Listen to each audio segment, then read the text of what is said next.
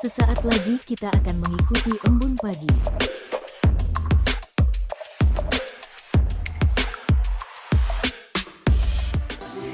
Kasih-Nya setiap hari seperti embun pagi, sejukkan hati. Ucapkan syukur, Tuhan Yesus baik. Biar kita tabur perkataan yang baik. Tuhan sediakan kebutuhanku, Dia akan cukupkan semua yang ku perlu. Dia sembuhkan semua sakitku, berikan damai sejahtera yang lampaui akalku. Tuhan buka jalan, pimpin semua langkahku. Dia tiang awan dan tiang apiku. 2 Tawarik 1 ayat 1 sampai 17. Salomo anak Daud menjadi kuat dalam kedudukannya sebagai raja. Tuhan Allahnya menyertai dia dan menjadikan kekuasaannya luar biasa besarnya. Salomo memberi perintah kepada seluruh Israel, kepada kepala-kepala pasukan 1000 dan pasukan 100, kepada para hakim dan kepada semua pemimpin di seluruh Israel, yakni para kepala puak. Lalu pergilah Salomo bersama-sama dengan segenap jemaah itu ke bukit pengorbanan yang di Gibeon. Sebab disitulah kemah pertemuan Allah yang dibuat Musa, hamba Tuhan itu, di padang gurun. Tetapi Daud telah mengangkat kabut Allah dari Kiryat Yearim ke tempat yang disiapkannya bagi tabut itu. Sebab ia telah memasang kemah untuk tabut itu di Yerusalem. Namun mezbah tembaga yang dibuat Bezaleel bin Uri bin Hur masih ada di sana di depan kemah suci Tuhan. Maka kesanalah Salomo dan jemaah itu meminta petunjuk Tuhan. Salomo mempersembahkan korban di sana di hadapan Tuhan di atas mezbah tembaga yang di depan kemah pertemuan itu. Ia mempersembahkan 1000 korban bakaran di atasnya. Pada malam itu juga Allah menampakkan diri kepada Salomo dan berfirman kepadanya, "Mintalah apa yang hendak kuberikan kepadamu." Berkatalah Salomo kepada Allah, "Engkaulah yang telah menunjukkan kasih setiamu yang besar kepada Daud, ayahku, dan telah mengangkat aku menjadi raja menggantikan dia. Maka sekarang, ya Tuhan Allah, tunjukkanlah keteguhan janjimu kepada Daud ayahku, sebab engkaulah yang telah mengangkat aku menjadi raja atas suatu bangsa yang banyaknya seperti debu tanah. Berilah sekarang kepadaku hikmat dan pengertian, supaya aku dapat keluar dan masuk sebagai pemimpin bangsa ini. Sebab siapakah yang dapat menghakimi umatmu yang besar ini?" Berfirmanlah Allah kepada Salomo, "Oleh karena itu yang kau ingini, dan engkau tidak meminta kekayaan, harta benda, kemuliaan, atau nyawa pembencimu, dan juga tidak meminta umur panjang. Tetapi sebaliknya, Engkau meminta kebijaksanaan dan pengertian untuk dapat menghakimi umatku yang atasnya aku telah merajakan engkau. Maka kebijaksanaan dan pengertian itu diberikan kepadamu. Selain itu, aku berikan kepadamu kekayaan, harta benda, dan kemuliaan, sebagaimana belum pernah ada pada raja-raja sebelum engkau, dan tidak akan ada pada raja-raja sesudah engkau. Lalu pulanglah Salomo dari bukit pengorbanan yang di Gibeon itu, dari depan kemah pertemuan ke Yerusalem, dan ia memerintah atas Israel. Salomo mengumpulkan juga kereta-kereta dan orang-orang berkuda, sehingga ia mempunyai 1.400 kereta dan 12.000 orang berkuda, yang semuanya ditempatkan dalam kota-kota kereta dan dekat raja di Yerusalem.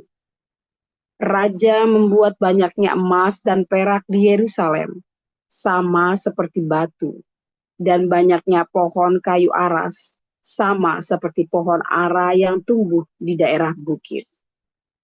Kuda untuk Salomo didatangkan dari Misraim, dan dari Kewe, saudagar-saudagar raja membelinya dari Kewe dengan harga pasar. Sebuah kereta yang didatangkan dari Misraim berharga sampai 600 shikal perak, dan seekor kuda sampai 150 shikal. Dan begitu juga melalui mereka dikeluarkan semuanya itu kepada raja orang Het dan kepada raja-raja Aram. Yakobus 1 ayat 1 sampai 27.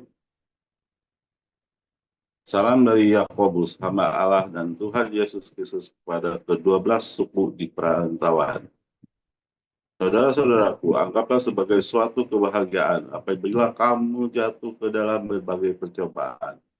Sebab kamu tahu bahwa ujian terhadap imanmu itu menghasilkan keteguhan.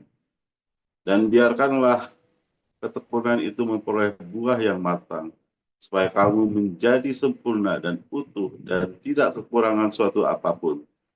Tetapi apabila di antara kamu ada yang kekurangan hikmat, hendaklah ia memintakannya kepada Allah, yang memberikan kepadanya semua orang dan murah hati dan dengan tidak membangkit-bangkit. Maka hal itu akan diberikan kepadanya. Hendaklah ia memintanya dalam iman, dan sama sekali jangan bimbang. Sebab orang yang bimbang sama dengan gelombang laut yang diombang-ambingkan kian kemari oleh angin. Orang yang demikian janganlah mengira bahwa ia akan menerima sesuatu dari Tuhan. Sebab orang yang mendua hati tidak akan tenang dalam hidupnya. Baiklah saudara yang berada dalam keadaan yang rendah, bermegah karena kedudukannya yang tinggi.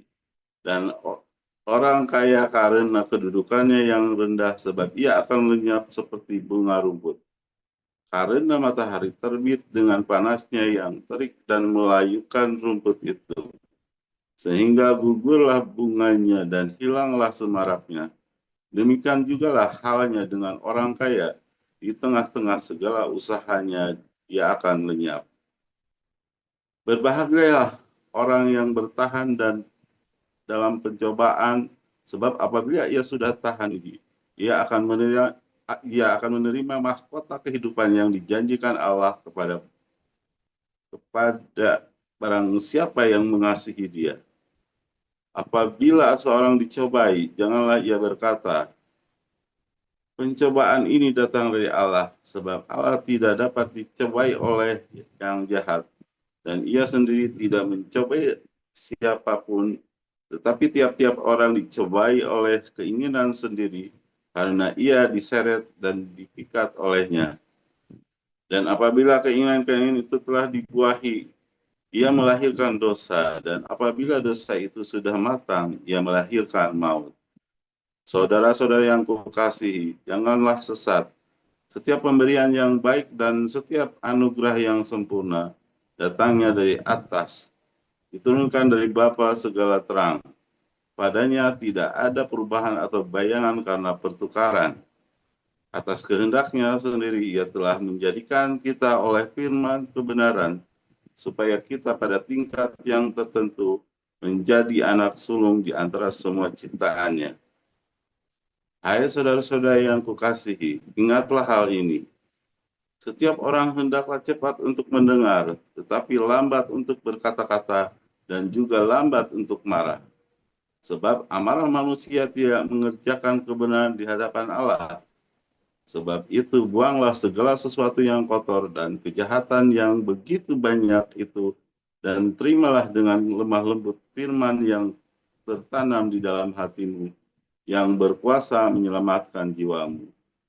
Tetapi hendaklah kamu menjadi pelaku firman dan bukan hanya pendengar saja, sebab jika tidak demikian, kamu menipu diri sendiri. Sebab jika seorang hanya mendengar firman saja dan tidak melakukannya, ia adalah sempurna seorang yang sedang mengamat-amati mukanya yang sebenarnya di depan cermin. Baru saja ia memandang dirinya, ia sudah pergi atau ia segera lupa bagaimana rupanya. Tetapi barang siapa meneliti hukum dan yang sempurna, yaitu hukum yang memerdekakan orang, dan ia bertekun di dalamnya, jadi bukan hanya mendengar untuk melupakannya, tetapi sungguh-sungguh melakukannya, ia akan berbahagia oleh perbuatannya.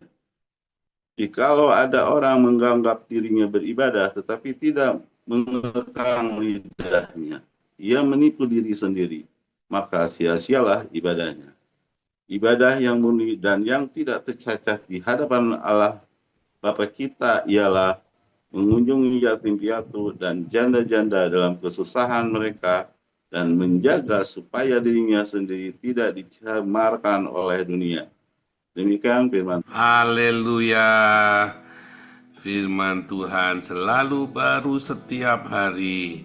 Kalau kita menanti-nantikan Tuhan, nantikan Tuhan ya setiap hari di embun pagi. Nah, dalam segala pergumulan, dalam segala betapa berkabutnya pikiranmu, betapa gelapnya jalan hidupmu, nantikan di embun pagi. Setiap hari ya selalu ada yang baru. Wah, kayak di babak-babak pikiranmu ya di embun pagi, saudara. Ngantuk pun jangan jadi ngantuk ya, karena selalu mendengarkan khotbah-khotbah yang kontroversial. Saudara, kalau Anda mendengar hikmat Salomo pun ya, ini adalah sebuah hikmat yang kontroversial. Seorang rabai, saya lupa namanya rabai ini ya, dia orang mesianik ya, tapi dia rabai Yahudi. Dia ngomong begini, tahukah Anda bahwa Salomo menikahi 300 istri dengan 700 gundik? Itu adalah hikmat dari Tuhan kepada Salomo untuk memperkokoh kerajaannya. Wah, saya cukup shock dan sedikit nggak terima, saudara ya. Saya sedikit nggak terima. Sampai sekarang juga masih nggak terima. Tetapi itu fakta, ya. Saya tidak berkata itu kebenaran. Anda harus membedakan mana yang fakta dan mana yang kebenaran, ya. Faktanya, ya, banyak orang Kristen bercerai. Kebenarannya ya nggak boleh, saudara, nggak bisa, ya. Tapi fakta, ya itu fakta, banyak orang Kristen bercerai. Kebenarannya nggak boleh. Ya nggak bisa aja. Tidak ada kamus di dalam kekristenan perceraian itu. Nah, faktanya Salomo menjalin persahabatan dengan banyak negara, sehingga negara-negara itu tidak berani macam-macam sama Salomo, karena semua anak-anak mereka dikawin sama Salomo. Dan Salomo membuat barter-barter yang tidak bisa ditolak oleh negara-negara ini, sehingga dia begitu kuat, ya.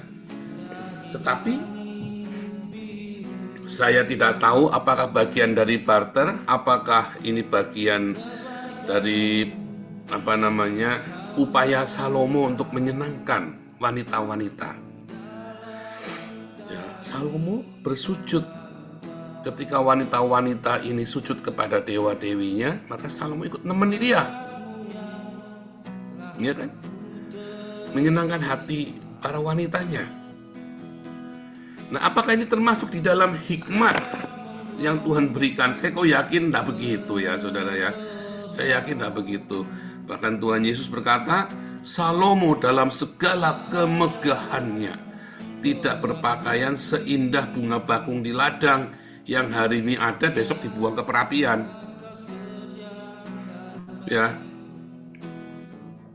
Ya, saya yakin itu sebuah sindiran, sebuah celaan, saudara ya. Artinya itu sesuatu yang fana. Hikmat apa yang ingin kita miliki, saudara? Ya, kembali ke koinonia ya, si Gilbert pengen berhikmat. Kita harus berhikmat, bro, supaya jangan cium tangan Yusuf kala lagi. Ya, Gilbert belum pernah cium tangan saya, saudara ya. Nah, dia harus cium tangan saya supaya dia jauh dari semua sial. Serius, kamu lihat, kamu sampaikan sama Gilbert, dia harus cium tangan saya supaya dia jauh dari semua sial. Jangan cium tangannya Yusuf Kala kan, salah. Dia cium tangan Yusuf Kala itu salah, itu hikmat manusia, saudara. Coba cium tangan saya, Nabi 26. Ya, itu hikmatnya Nabi 26, bukan hikmat surga, hikmat Nabi 26. Ya, dia sial kan, sial terus kan, terus-menerusan. Dia berpikir, orang-orang banyak berpikir dia berkompromi. Nah itu ya, saudara ya. Apakah Tuhan memberikan hikmat kepada Salomo menikahi semua anak-anak raja ini? Mungkin. Tetapi firman Tuhan berkata, kamu tidak boleh menikah dengan perempuan asing. Jadi saya yakin sekali itu bukan hikmat dari sorga, tetapi hikmatnya dia sendiri. Saudara, ada kalanya kita meminta hikmat kepada Tuhan, kita berdoa. Lalu kita ingat, oh ya harus cerdik seperti ular. Ingat-ingat ya saudara ya, jangan pernah pakai ayat cerdik seperti ular untuk ngetrik, untuk berkompromi, untuk Anda berdiplomasi. Ya, karena artinya cerdik seperti ular itu, ya artinya adalah Anda harus mengerti firman Tuhan sungguh-sungguh. Bukan cerdik lihai, triki, politik, bukan ya. Diingat-ingat ya, semua yang saya ajarkan dalam komunitas kita adalah sebuah formula. Jadi tidak akan bertentangan satu sama yang lain. Cerdik seperti ular itu sama dengan Kejadian 3 ayat 1, Matius 10 ayat 16. Itu sama dengan Kejadian 3 ayat 1. Sama dengan Kejadian 2 ya, ayat yang terakhir, saya lupa ayat keberapa itu ya, yang berkata bahwa Adam dan Hawa telanjang, tetapi dua-duanya tidak tahu kalau mereka telanjang, tidak merasa malu. Nah itu kata yang sama, kata cerdik, kata arum ya. Arum ini artinya dia terbuka, berwawasan, saudara, mengetahui ya.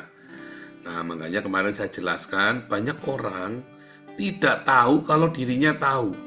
Dia sebenarnya tahu, tapi dia tidak tahu selama ini. Padahal ada di dalam genggaman tangan dia.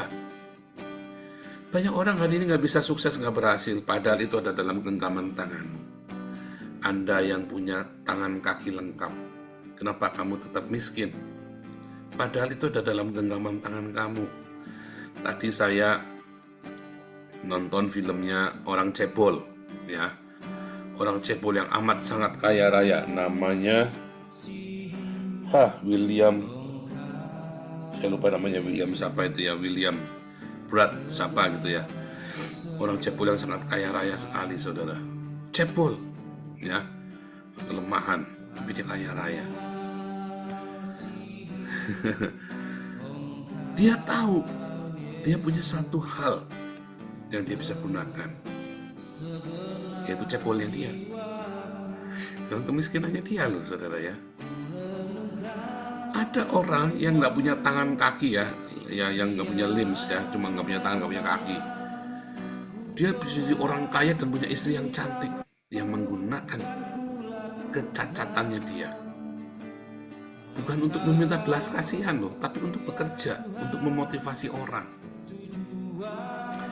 Ada orang yang buta matanya, seperti Priscilla Smejuli ya, buta matanya, tapi dia dengan kebutaannya dia tahu ya, dengan kebutaan matanya dia gunakan mata hati, dia buka benar-benar. Nah, ternyata cacat itu adalah sebuah kemampuan, saudara. Enggak, Priscilla Smejuli yang buta ini ternyata adalah kebutaannya itu adalah kemampuannya dia. Ya, orang-orang yang memiliki banyak sekali kecacatan itu, kecacatnya itu adalah kemampuannya dia, bukan untuk ngemis, bukan untuk meminta belas kasihan, bukan. Priscilla Smejuli nggak pernah ngemis, saudara. Dia jualan di pinggir jalan, jualan kain, jualan pakaian bekas, dan dia nafkahi 100 orang gila di rumahnya di Semarang. Ya, 100 orang gila dia tampung ya. Sekarang mungkin sudah lebih kali. Sekarang pendeta ya, pendeta Priscilla Smejuli. Suaminya teman kuliah saya, juga dosen saya, tapi juga teman kuliah saya. Nah itu ya, saudara ya. Banyak orang dia tahu dia cacat, dan dia tahu cacatnya itu adalah sebuah kemampuan. Nah, itu namanya hikmat dari sorga, saudara.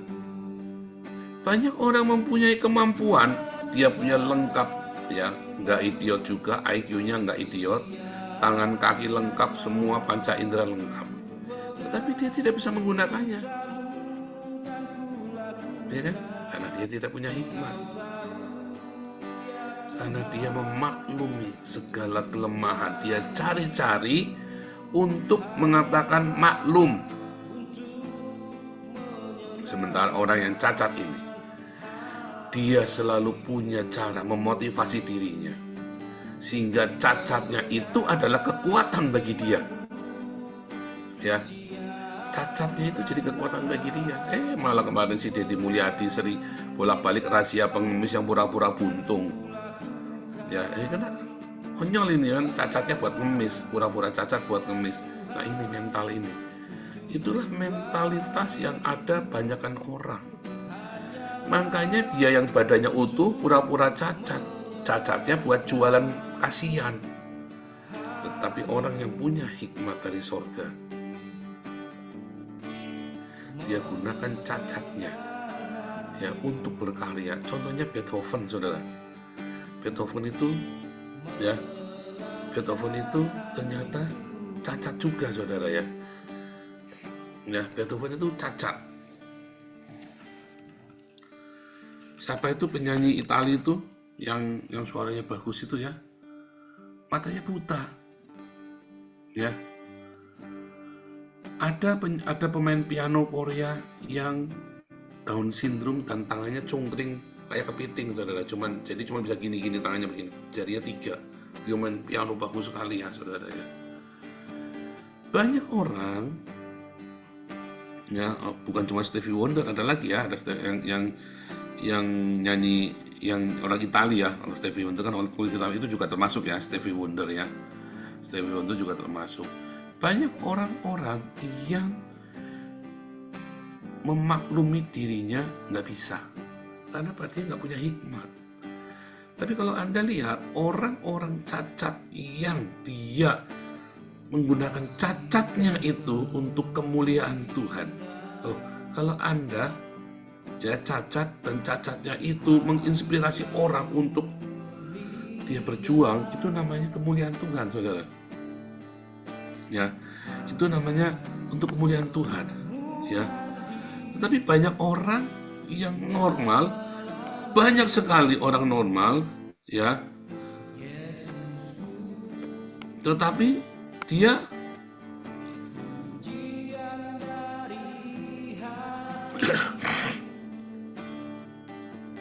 banyak orang normal, tetapi dia seperti orang cacat,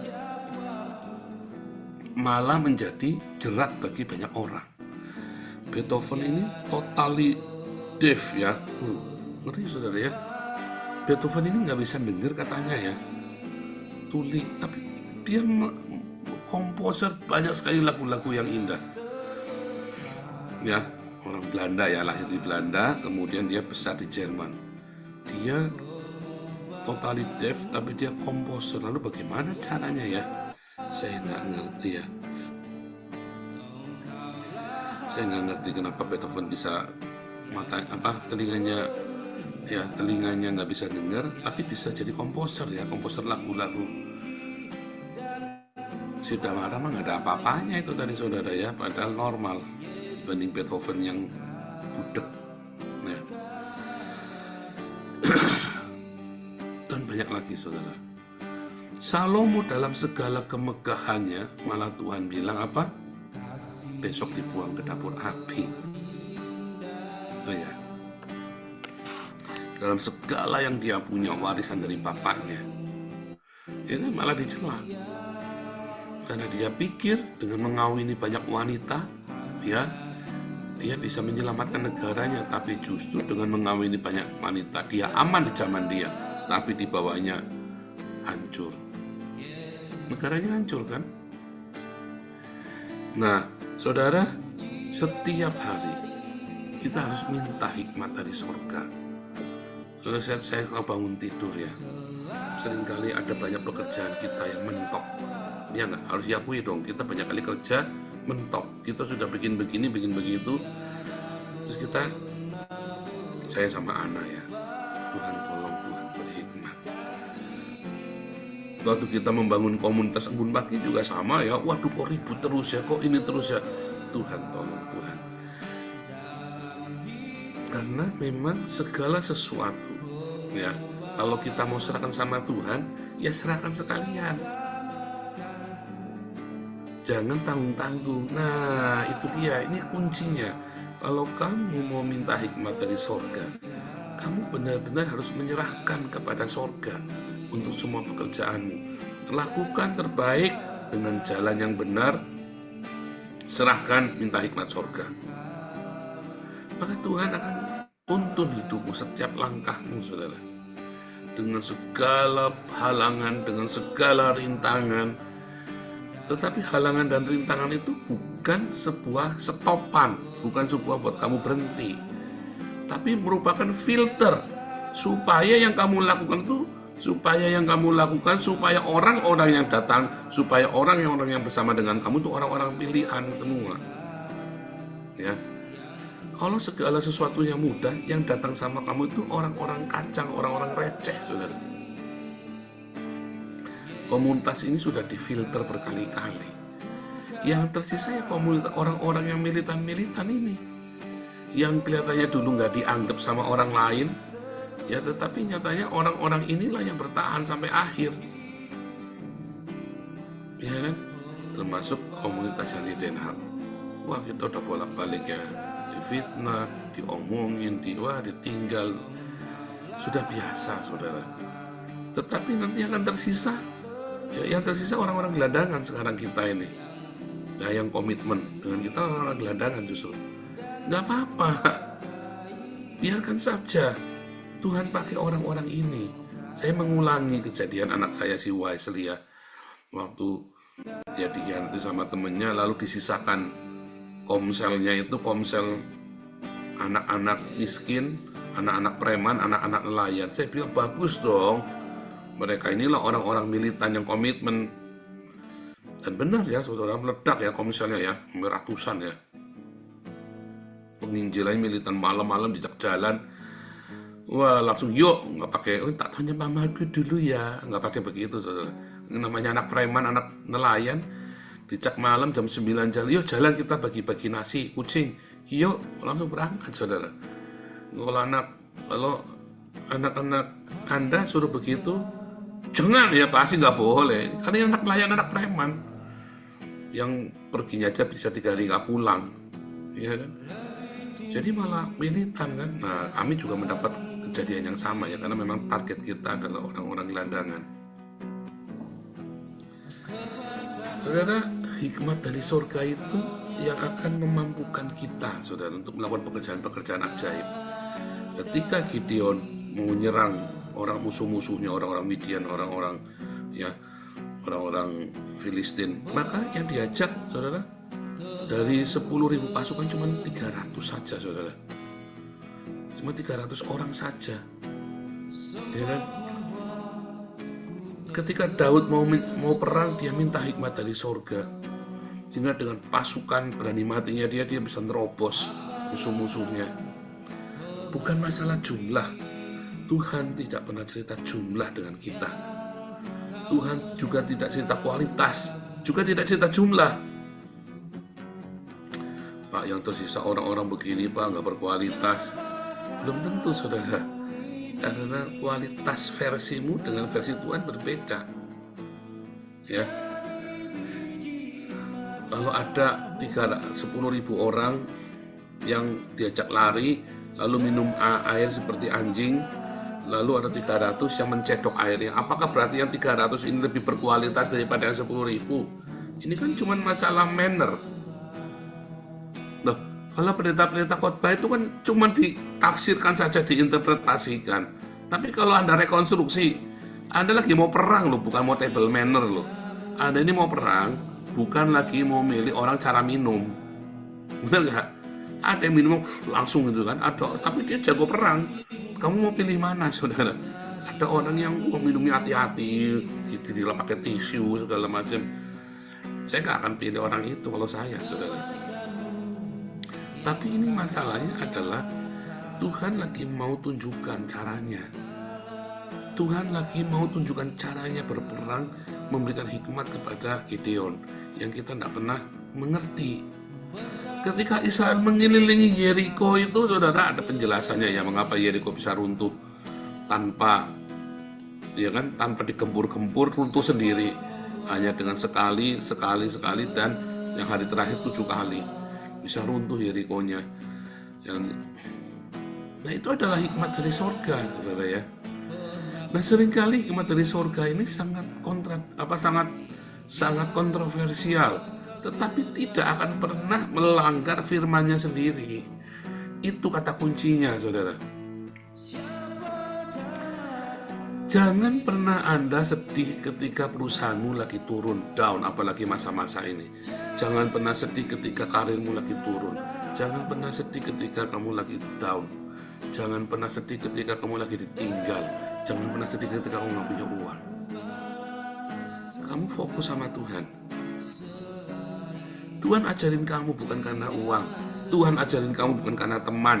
Tuhan ajarin kamu bukan karena apa yang kamu punya. Tuhan ajari kamu next level, saudara. Ya, hikmat yang next level. Kalau kamu sering melakukannya, maka kamu akan cerdas spiritual.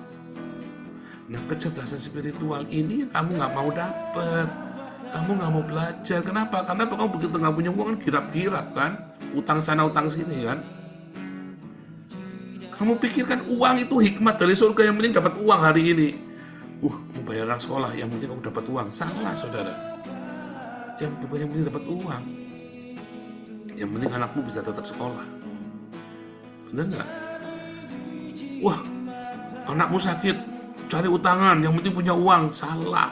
Yang penting sembuh, bukan yang penting uang. Benar nggak? Anda kehilangan fokus. Karena apa? Dalam pikiranmu selalu uang kan, utang kan. Nggak punya beras, terus kamu pikir apa? Cari utangan kan sama tetangga, utang beras kan. Kamu pikir utang beras. Padahal yang penting apa, saudara? Makan kan, bukan beras kan. Makanya, saudara, di dalam masa-masa saya, pacekliknya saya, Ana itu jadi pinter masak. Dulu waktu kami baru menikah, selama kita masih punya banyak uang ya. Nah, kalau masak itu ada keasinan, ada gosong, ada tidak karu-karuan, saudara ya. Tapi begitu kita udah gak punya uang, Ana masak yang aneh-aneh, saudara ya. Gak punya jajan, gak punya apa, dibikin yang aneh-aneh, saudara. Dengan apa adanya di dapur. Kalau kamu tanya, ya ini mau kata bukan sombong, saudara ya. Seluruh restoran di Belanda itu gak ada yang seenak makanannya Ana. Kalau masak Chinese food, masak aja. Serius, saudara. Dari mana? Dari kepepet. Ya, kita tinggal di ACC, tinggal di camp pengungsi. Nggak bisa cari uang, nggak bisa cari. Cuman masak, anak kerja tiap hari cuman masak. Cuman masak aneh-aneh, kita jadi kelinci percobaan. Doyan nggak, kepepet, nggak ada duit ya doyan, saudara. Iya kan? Serius, saudara ya. Ini benar-benar ya. Jadi semua terjadi Ya, semua terjadi di luar nalar. Kalau kamu masih memikir, oh harus butuh uang, oh harus begini Pak, kan harus begini. Kadang-kadang saya pernah ya udah dikasih motor, udah diragati, dikasih freezer, dikasih motor, masih ya ngengkel ya saudara ya, pengen napok bener saudara, pengen napok. Kalau saya sebenarnya nggak tapok itu saudara ya. Pak gembala kok napok? Iya, saya mah preman saudara, saya bukan cuman saya bekas preman ya, gimana? Anda punya gembala preman ya, nasib salahmu sendiri ke sini. Udah dikasih motor, udah dikasih freezer, tinggal jalan kerja. Wah, banyak sorry-nya, banyak excuse-nya, banyak, pengen napok saudara beneran. Jadi motornya kita tarik, freezernya kita tarik. Ya, saya miskin dulu, nggak ada yang nolongin kayak gitu saudara, ngasih motor, nggak ada yang ngasih freezer, nggak ada yang modalin saya. Saya kerekelan sendiri, masuk penjara 2 kali saudara. Nggak ada yang kasih kemudahan-kemudahan begitu. Ya, ajaib ya saudara ya. Nah itulah kenapa banyak orang dia nggak bisa next level. Dia cuma berfokus kepada memaklumi diri sendiri. Kan aku harus punya ini, harus punya itu. Kamu nggak bisa next level dalam kecerdasan spiritual karena kamu hanya berpikir yang kamu pikir. Jangan mikir, jangan berpikir kamu berpikir. Kamu serahkan datang, ada kerjain. Kamu pertama ada kerjain dulu. Apapun yang ada padamu, kerjakan dulu saudara. Ya. Dan kita nggak tahu Tuhan buka jalan dengan cara yang aneh-aneh. Saya selalu ngajari ya keluarga saya. Cukupkanlah dirimu dengan gajimu. Ya, yang lain-lain itu nanti ada cara Tuhan. Kamu pikir karyawan bisa nyekolahkan anaknya sampai keluar negeri, sampai punya apa segala macam gara-gara dia jadi karyawan? Nggak akan bisa, saudara. Kamu pikir saya ya yang sudah 2 kali masuk penjara, bangkrut, bolak-balik, difitnah, dihancurkan, sudah selesai nasib saya, saudara? Sak sugi-sugi Pak Harto, saudara, sak sugi-sugi Pak Enardo. Anak saya 2 sekolah di Belanda, saudara. Iya kan, keren kan? Tetap lebih keren daripada anak-anak kalian kan? Sak kira-kira ini saya nggak punya duit di rekening, tetap saya anaknya sekolah 2 di Belanda semua. Pak Stefan sampai pusing nyekolahkan anaknya di London, di UK itu ya. 1 tahun 1 miliar bayarnya. Saya nggak pusing, saudara, tinggal mancal doang pagi bangun. Ayah, papa mau berangkat sekolah, Pak, ya doain ya. Nggak mikir duitnya dari mana. Kamu kan nggak pernah kasih uang sama saya juga kan? Ya nggak? Itu namanya hikmat dari sorga, next level. Kecerdasan spiritual. Apakah pakai duit? Ya enggak lah. Duit dari mana saya? Kamu aja nggak pernah setoran sama saya. Karena memang saya nggak pernah minta kan? Ya nggak, saudara? Kere-kere saya kan saya tetap menikmati bunga yang indah daripada kalian nikmati sampah yang berserakan di Indonesia. Nah, kan? Tetap saya lebih baik. Tidak perlu pakai duit. Ini kan? Pakai apa, saudara? Pakai badai, DPO. Loh, itu hikmat dari surga. Kamu jangan mencela saya, saudara. Kamu berani kayak saya, hebat kamu. Ya, kamu berani kayak saya, hebat kamu. Ya kan? Dia kan terbang, saya kan terbang di atas badai kan. Itu namanya next level, saudara, spiritual quotient, kecerdasan spiritual. Kamu berani nggak terbang di atas badai? Terbang, ya kan saya terbang kan di atas badai kan saya kan. Berani nggak Anda seperti itu? Itu hikmat dari surga. Kamu jangan pikir segala sesuatu kudu pakai uang. Jangan berpikir segala sesuatu tuh dengan pakai caramu. Serahkan sama Tuhan, yang ada kerjain.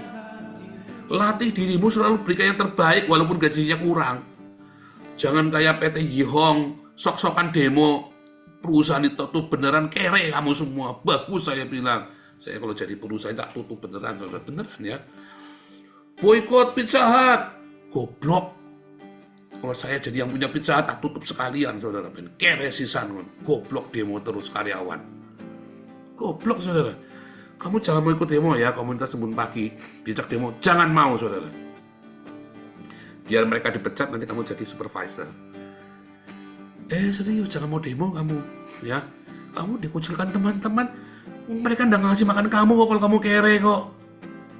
Ya, dengerin omongan saya, jangan ikut demo kalian. Jangan mau demo di jalan, jangan mau ikut demo perusahaan, jangan ikut-ikutan. Ya, sekalipun gajimu kurang, kerjain yang sungguh-sungguh. Berkatmu bukan dari gaji. Serius saudara ya, berkatmu bukan dari gaji. Lakukan yang sungguh-sungguh, tetap bersedekah diakonia. Nanti kamu punya kecerdasan spiritual. Entah berkatnya dari yang aneh-aneh, kamu gak ngerti. Tiba-tiba anakmu tuh nanti dapat beasiswa ke Israel, ke Belanda. Kamu kan ada di sini terus, kita lagi bikin program terus supaya saya bisa tarik anak-anak kalian sekolah di Belanda. Kita gak ngerti, kamu kerja yang rajin. Jangan bikin rusuh di komunitas, malah promosiin komunitas kita. Makin kamu promosiin, duitnya makin banyak, kita bisa tarik semua orang datang ke Belanda. Kita bisa punya rumah singgah sendiri, anak-anakku sekolah di sini nggak perlu bayar kos, ya kan? Anda mana kepikir begitu? TPO ini yang kepikiran kok yang seperti itu ya. Hikmat dari surga. Ya makanya jangan kebanyakan bikin ulah. Dukung komunitas ini, jangan ngomong Menara Babel, nggak usah nuduh-nuduh saya Menara Babel. Dukung komunitas ini, saudara. Dukung. Semakin banyak donasinya, ya, kita akan makin bikin proyek yang besar-besar. Target saya pengennya supaya anak-anak kalian sekolahnya di Belanda sama di Israel. Nggak usah mikir duitnya dari mana, dari sorga. Yang penting kamu jangan bikin ulah, promosiin komunitas ini. Ya, minta hikmat dari surga buat setiap pekerjaanmu. Segala yang mentok-mentok itu, puasa, Tuhan, tolong. Ya, Tuhan Yesus memberkati.